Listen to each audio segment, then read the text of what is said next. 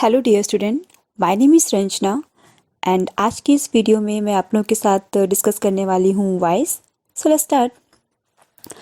Voice हमारे two types के होते हैं, active voice and passive voice. Sentence के थ्रू समझते हैं। Mother cooked the food. यहाँ पे मदर हमारी सब्जेक्ट है, कुक्ड वर्ब है, तो यहाँ सब्जेक्ट के थ्रू एक्शन किया जा रहा है। तो इस टाइप के सेंटेंस जिसमें subject is doing the action, ये हमारा कहलाता है एक्टिव वॉइस। सेकेंड सेंटेंस है the food was cooked by the mother. यहाँ पे द फूड हमारा सब्जेक्ट है एंड कुक्ड हमारी वर्ब है। इस सेंटेंस में subject is not doing the action, तो ये सेंटेंस हमारा क्या कहलाएगा?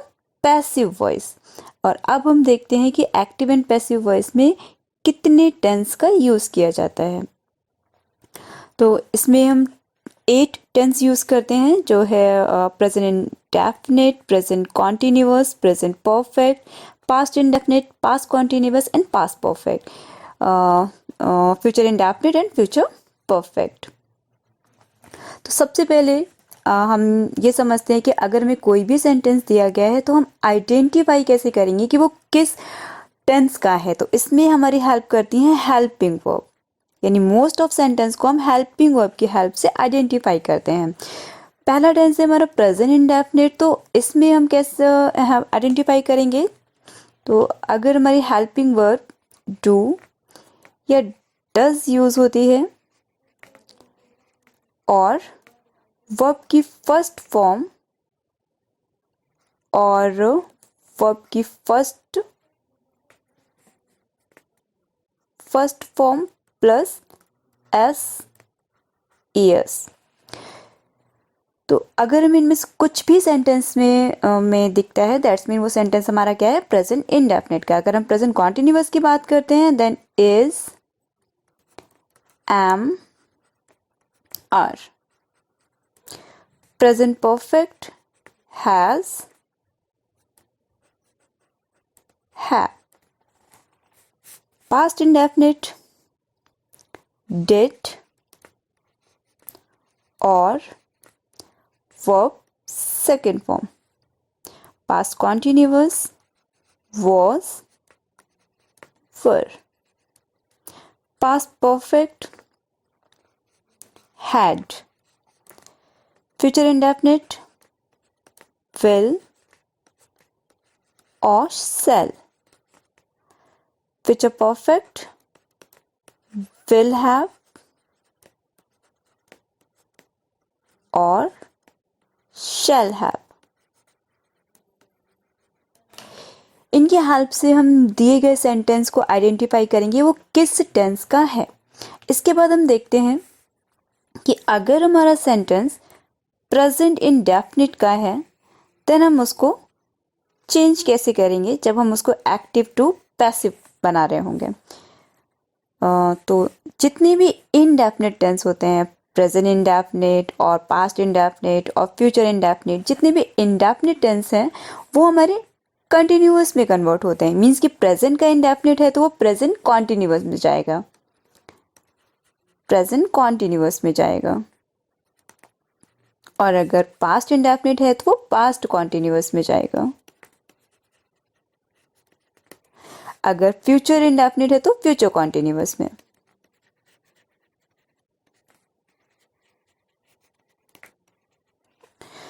और अगर कॉन्टिन्यूअस के टेंस है, प्रेजेंट कॉन्टिन्यूअस हो, पास्ट कॉन्टिन्यूअस या फिर कॉन्टिन्यूअस के अगर सेंटेंस हैं, तो वो क्या होंगे? कॉन्टिन्यूअस हेल्पिंग वर्ब तो रहेगी ही, जो कि हमारी ऑलरेडी एक्टिव वॉइस में है।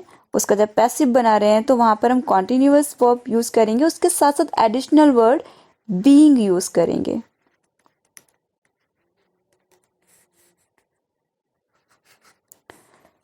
पास्ट कॉन्टिन्यूअस है तो वॉज, वो,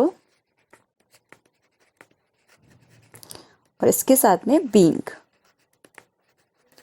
सेम एज अगर परफेक्ट टेंस है, प्रेजेंट परफेक्ट या पास्ट परफेक्ट और फ्यूचर परफेक्ट, तो परफेक्ट टेंस में भी जो हेल्पिंग वर्ब है उसके साथ में, यानी हैज़, हैव, इसी के साथ में हम एक एडिशनल वर्ड बीन यूज करेंगे। हैड बीन, एंड यहाँ will have, shall have, been। तो ये हमारी हेल्पिंग वर्ब है जो एक्टिव टू पैसिव चेंज होती हैं। इसके बाद हम कुछ प्रोनाउंस देखते हैं जो सब्जेक्ट से ऑब्जेक्ट प्लेस पे चेंज हो जाते हैं। इससे पहले स्ट्रक्चर देख लेते हैं। अगर हमारा एक्टिव वॉइस है तो उसका स्ट्रक्चर क्या होगा, एंड जो हमारा पैसिव वॉइस है उसका स्ट्रक्चर क्या होगा। तो एक्टिव वॉइस में subject, then helping verb, main verb and object. Passive voice में देखते हैं तो जो एक्टिव वॉइस का हमारा जो ऑब्जेक्ट है वो पैसिव वॉइस में बनता है सब्जेक्ट, एंड हेल्पिंग वर्ब जैसे कि अभी हमने देखा अकॉर्डिंग टू टेंस चेंज हो जाता है। और इसके बाद पैसिव वॉइस में जो मेन वर्ब है वो हमेशा थर्ड फॉर्म में ही आएगी, आफ्टर दैट बाय, एंड जो हमारा सब्जेक्ट है वो यहाँ पे एज अ ऑब्जेक्ट आ जाएगा। एक एग्जांपल हम समझ लेते हैं। राम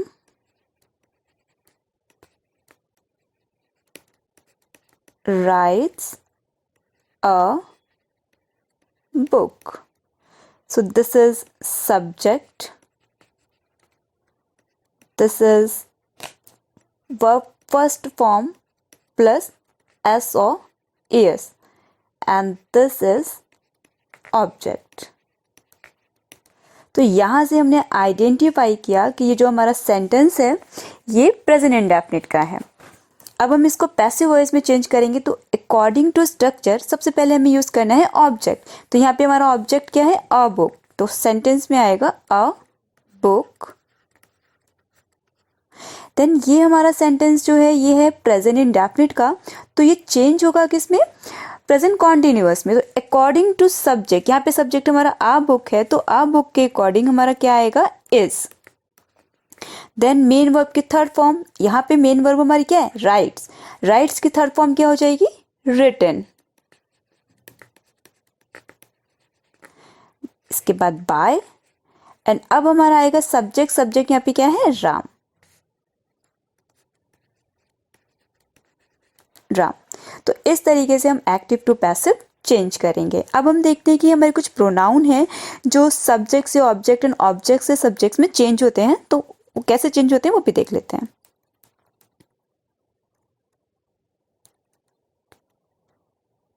अगर आई सब्जेक्ट प्लेस पे है तो आई, एंड जब उसको ऑब्जेक्ट प्लेस पे ले जाते हैं तो वो मी में चेंज हो जाती है। वी, अस, यू ही रहता है, दे का दम हो जाता है, ही का हिम हो जाता है, और सी का हर हो जाता है, और इट भी हमारा एज इट इज रहता है। तो ये हमारे प्रोनाउंस हैं जो subject to object and object to subject place पे चेंज हो जाते हैं। इसके बाद हम कुछ एग्जाम्पल्स देख लेते हैं।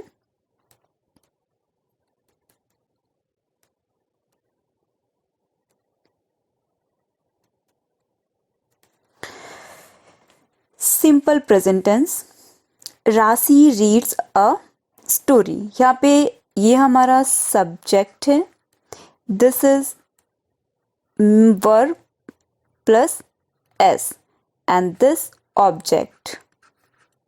स्ट्रक्चर के अकॉर्डिंग हमारा ऑब्जेक्ट सब्जेक्ट बन जाएगा। सो ये हो गया सब्जेक्ट आ स्टोरी, और यहाँ पे वर्ब प्लस एस यूज हुआ है, मीन्स कि प्रेजेंट सिंपल प्रेजेंट का है ये, तो सिंपल प्रेजेंट का जाएगा किसमें, प्रेजेंट कॉन्टिन्यूअस में। तो ये हमारा आ स्टोरी सिंगुलर सब्जेक्ट है, तो यहाँ पे आ गया इज। इसके बाद मेन वर्ब की third form by, and this subject.